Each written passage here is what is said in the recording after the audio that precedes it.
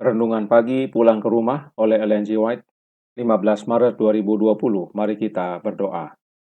Bapa kami yang di sorga, Allah pencipta langit dan bumi, laut dan segala isinya, Allah yang maha besar, maha kuasa, sumber segalanya, yang kami sembah selalu melalui anak-Mu yang tunggal, Yesus Kristus. Terpujilah Yesus, anak Allah yang maha tinggi, penebus, penolong, penghibur, pengantara kami. Kami bersyukur boleh bangun dan berbakti, dan sebagaimana kami membaca firman-Mu, kiranya Roh-Mu Yesus menguasai hati dan pikiran kami, agar kami tidak hanya mengerti, namun menjadikan kebenaran ini bagian hidup kami. Beserta kami sepanjang perbaktian ini, kehendak-Mu yang jadi, karena kami berdoa hanya melalui anak Allah yang tunggal, Yesus Kristus, yang adalah Tuhan dan Juru Selamat kami. Amin. Renungan hari ini berjudul, Kesucian adalah, dan ayat inti terdapat dalam 2 Korintus 7 ayat 1.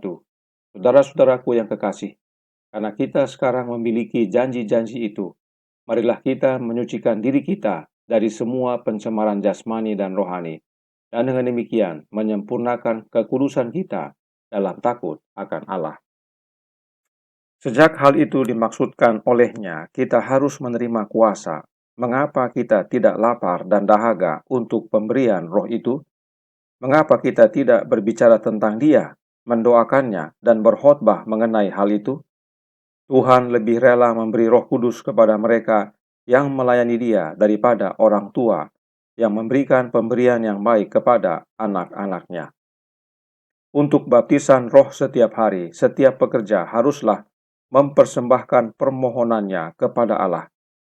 Rombongan pekerja-pekerja Kristen haruslah berkumpul untuk minta pertolongan istimewa untuk hikmat surga, agar mereka dapat mengetahui bagaimana merencanakan dan melaksanakan dengan bijaksana. Terutama, mereka harus berdoa bahwa Allah akan membaptiskan duta-duta pilihannya di ladang Tuhan dengan suatu ukuran kekayaan akan Roh Kudus. Kehadiran Roh bersama pekerja-pekerja Allah akan menjadi pemasyuran kebenaran, suatu kuasa yang tidak dapat diberikan oleh segala kuasa atau kemuliaan dunia. Dengan pekerja Allah yang berserah, dimanapun ia ada, Roh Kudus akan beserta. Perkataan yang diucapkan terhadap murid-murid diucapkan juga kepada kita. Penghibur itu adalah milik kita, sama seperti milik mereka.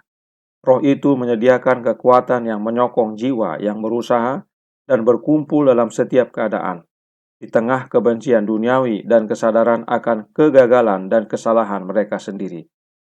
Dalam kesusahan dan kesukaran, bila pandangan tampaknya gelap dan masa depan itu mencemaskan, dan kita merasa tidak berdaya dan sendirian, inilah waktunya bila mana, sebagai jawaban atas doa iman, Roh Kudus memberikan penghiburan kepada hati. Bukanlah bukti yang meyakinkan bahwa seorang manusia adalah seorang Kristen sebab ia menyatakan kegembiraan rohani di bawah keadaan yang luar biasa. Kesucian bukanlah kegairahan. Itu adalah penyerahan sepenuhnya kepada kehendak Allah.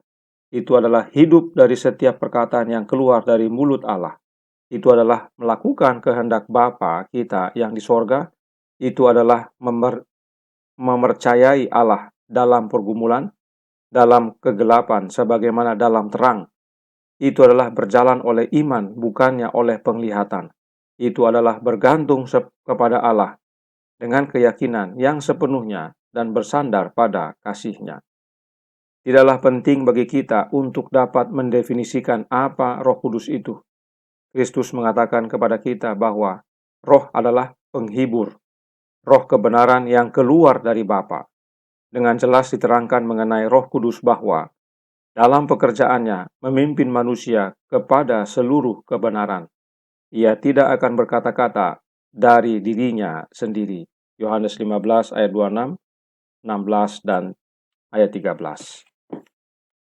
Saudaraku dalam Tuhan, renungan hari ini sudah menjawab apa itu kesucian. Mari kita baca kembali dalam Pulang ke Rumah, halaman 86, paragraf 3. Kesucian bukanlah kegairahan, itu adalah penyerahan sepenuhnya kepada kehendak Allah. Itu adalah hidup dari setiap perkataan yang keluar dari mulut Allah. itu adalah melakukan kehendak Bapa kita yang di sorga. Jadi, kesucian adalah penyerahan sepenuhnya kepada kehendak Allah. Apa hubungannya dengan Roh Kudus yang adalah penghibur, sebagaimana renungan hari ini nyatakan? Testimonies for the Church Volume 7, halaman 172, paragraf pertama, berkata, tanpa menyadari kebutuhan mereka gagal mempertahankan kewaspadaan dan doa yang terus-menerus itu. Penyerahan diri yang terus-menerus kepada Allah, yang dengan sendirinya dapat memungkinkan manusia untuk mendengar dan mematuhi pengajaran Roh Kudus-Nya. Inilah hubungannya penyerahan sepenuhnya kepada Allah, yaitu kepada kehendak-Nya dengan Roh Kudus. Melalui penyerahan terus-menerus kepada Allah, maka hal itu memungkinkan kita, manusia, untuk mendengar dan menurut kepada pengajaran Roh Kudus Allah. Pengajaran apa yang dimaksudkan? The Youth Instructor, April 28, tahun 1908, paragraf 5, menyatakan, ketika Anda membuat penyerahan sepenuhnya kepada Allah, Dia akan memberi Anda pemikiran paling berharga, dan malaikat surgawi akan bekerja sama dengan Anda. Roh Allah akan memberi Anda kata-kata untuk diucapkan yang akan menyentuh hati dan membantu Anda menjangkau jiwa-jiwa. Inilah yang terjadi bagi pekerja Allah yang berserah sepenuhnya kepada Allah. Dan inilah yang dialami murid-murid Yesus setelah hari Pentakosta. Mereka menerima kuasa, yaitu Roh Kudus, dan menjadi saksi Yesus di Yerusalem, Yudea, Samaria, dan sampai ke ujung bumi. Siapakah penghibur itu? Apakah dia oknum yang berbeda dengan Bapa dan Kristus? Selected Messages, buku kedua, halaman 270, paragraf 3, berkata, Kristus adalah penuntun dan penghibur kita, yang menghibur kita dalam semua kesengsaraan kita. Sang penghibur itu adalah Kristus. Kemudian dalam Bapa Kita Peduli, halaman 242, paragraf 3, tidak ada penghibur seperti Kristus, begitu lemah lembut dan tulus. Ia tersentuh oleh perasaan akan kelemahan kita. Rohnya berbicara ke hati. Kata tidak ada artinya hanya Yesus satu-satunya penghibur. Tidak ada yang lain. Rohnya artinya Roh Kristus yang berbicara ke hati kita. Lihat juga Galatia 4 ayat 6. Selanjutnya dalam Lift Him Up, halaman 221 paragraf 7. Kristus adalah segalanya bagi mereka yang menerima Dia.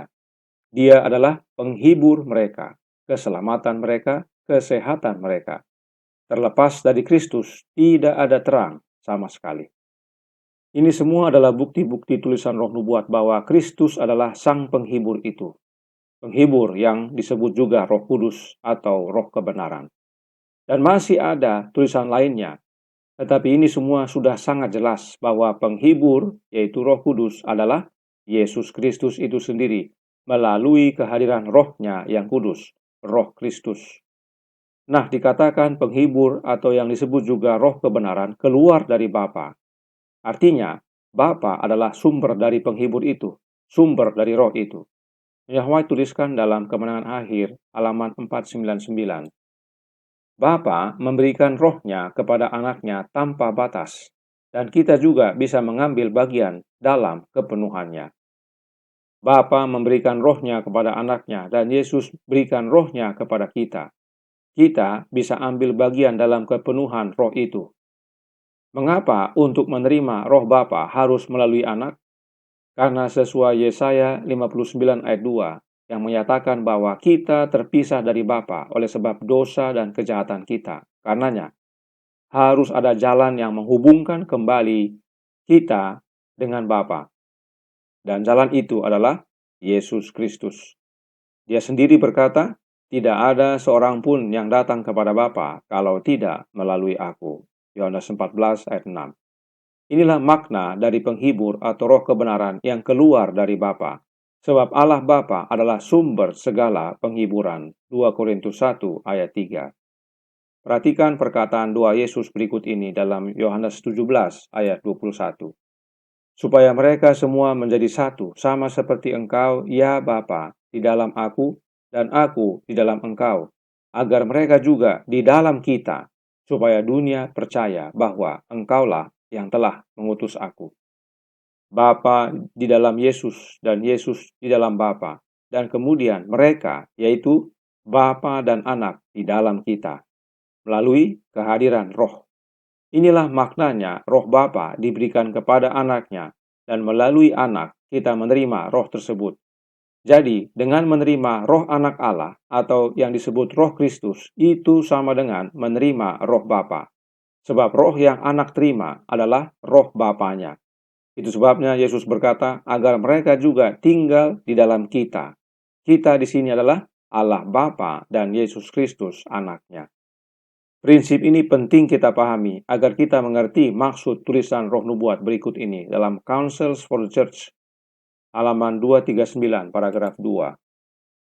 Jika pernah ada saat ketika kita membutuhkan pekerjaan Roh Allah di hati dan kehidupan kita, sekaranglah saatnya. Mari kita pegang kuasa ilahi ini, yaitu pekerjaan Roh Allah di hati, untuk kekuatan untuk menjalani kehidupan yang suci serta penyerahan diri. Jadi untuk menjalani hidup suci, yang kita perlukan adalah pekerjaan Roh Allah di hati dan kehidupan kita. Bagaimana caranya memiliki Roh Allah bekerja di dalam hati kita? Melalui kehadiran Roh anaknya, Roh Kristus. Itulah sebabnya Ellen G. White tulis yang berikut ini dalam Membina Kehidupan Abadi, halaman 188, paragraf pertama. Roh Kristus yang bekerja dalam hati menyesuaikannya kepada petanya. Roh Kristus yang bekerja dalam hati kita agar kita diubahkan menjadi serupa dengan gambar Kristus. Apakah Kristus suci sehingga kita perlu diubahkan menjadi sama dengan Yesus yang adalah suci? Sudah tentu. Perhatikan kesaksian dari istri Pilatus. The Story of Redemption, halaman 217, paragraf 1. Dia, yaitu istri Pilatus, segera mengirim pesan kepada Pilatus yang menyatakan bahwa dia telah menderita banyak hal dalam mimpi karena Yesus, dan memperingatkannya, yaitu memperingatkan Pilatus agar jangan melakukan apapun dengan manusia suci itu. Yesus adalah manusia suci, dan Roh Kristus bekerja di dalam hati kita agar kita menjadi serupa dengan Dia, hidup suci. Jadi, kesucian adalah dengan berserah penuh kepada kehendak Allah, agar dengan itu kita mengizinkan Roh-Nya yang bekerja melalui Roh Anak Allah di dalam hati kita, dan kita diubahkan menjadi serupa dengan Anak-Nya yang adalah manusia suci. Kita hidup suci sama seperti Kristus, karena Kristus hidup di dalam diri kita melalui kehadiran Roh-Nya. Tuhan memberkati. Saya bawa dalam nama Yesus. Amin. Mari kita berdoa. Bapa kami yang di sorga, Allah pencipta langit dan bumi, laut dan segala isinya, Allah yang maha besar, maha kuasa, sumber segalanya, yang kami sembah selalu melalui anak-Mu yang tunggal, Yesus Kristus. Terima kasih atas penjelasan singkat, sederhana, dan mudah dimengerti tentang kesucian. Kesucian kami peroleh hanya melalui Engkau saja, ya Bapa. Dan itu Engkau karuniakan melalui anak-Mu yang tunggal, Yesus Kristus. Melalui kehadiran Roh Kristus dalam hidup ini. Terima kasih atas pengertian ini agar kami jangan salah. Sebab kami seringkali berusaha dengan kekuatan diri kami yang tidak ada artinya. Kami butuh Kristus dalam hidup ini. Hanya Dialah yang sanggup mengubahkan kami. Biarlah hati masing-masing kami terbuka akan kehadirannya. Beserta kami sepanjang hari ini, ya Bapa. Hadirlah dalam hidup kami, ya Yesus, melalui kehadiran Roh-Mu. Kehendak-Mu yang jadi, karena kami berdoa hanya melalui Anak Allah yang tunggal, Yesus Kristus, yang adalah Tuhan dan Juru Selamat kami. Amin.